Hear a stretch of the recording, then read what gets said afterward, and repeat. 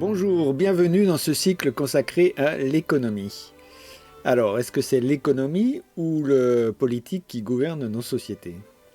Le capitalisme et le communisme est une affaire de gouvernement. Nous l'avons vu dans le cycle consacré à la politique, ce sont les gouvernements qui déterminent le cadre à l'intérieur duquel se déploie la société et se déploie l'économie. Le choix de la répartition de la richesse s'impose donc à l'économie.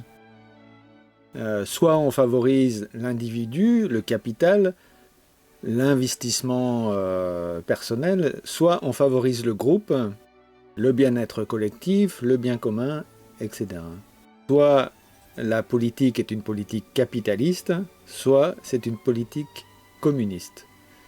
Je rappelle que la société communiste se définit par le plafonnement des revenus individuels à un niveau raisonnable qu'on pourrait par exemple situer à 10 fois le seuil de pauvreté.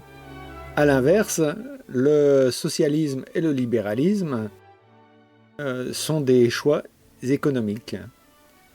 Si la compétition est privilégiée, l'économie est libérale, les individus font ce qu'ils veulent en assumant les responsabilités de leurs actes. Et dans ce cas, le gouvernement peut agir sur deux tableaux. Soit il agit au sommet de la pyramide, en limitant les oligopoles, les monopoles, soit il agit sur le bas de la pyramide, en instaurant par exemple un revenu minimum pour tous les citoyens, ce qui favorise la prise de risque. La nation est alors constituée d'une foule d'entités autonomes, producteurs, et l'économie sera celle de l'initiative individuelle et acceptera, autorisera une certaine forme d'inégalité. Si la solidarité et la coopération sont privilégiées, alors nous entrons dans une économie socialiste. Les inégalités dans ce cas sont prises en compte, par exemple par une redistribution des revenus après prélèvement de cotisations et prestations sociales, ou en allouant des subventions aux entreprises qui peinent à faire leur place sur le marché. La nation est alors davantage constituée d'institutions, de corporations, de mutuelles, d'associations.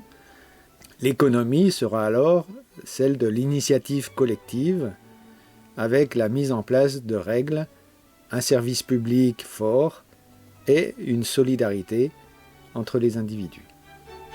Nous avons vu dans le cycle politique qu'il pouvait y avoir 4 formes fondamentales de la politique.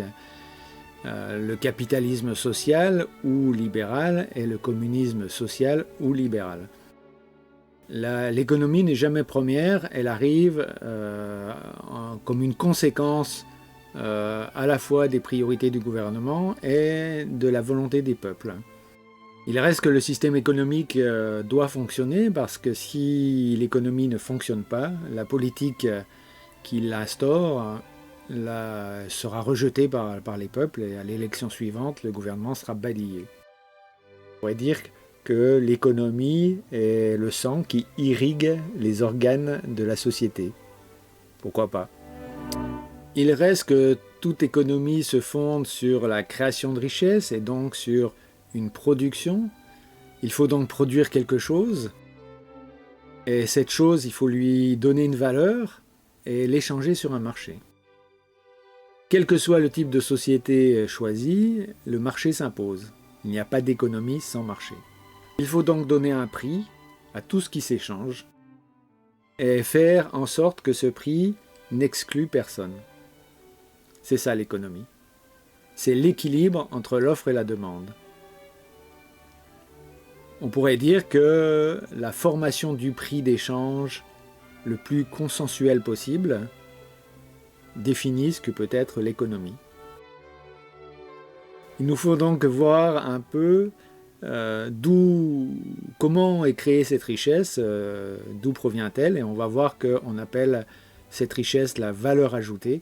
Nous allons voir dans la vidéo suivante comment se constitue cette valeur ajoutée et quelle est la façon dont on peut la répartir entre les différents facteurs de production.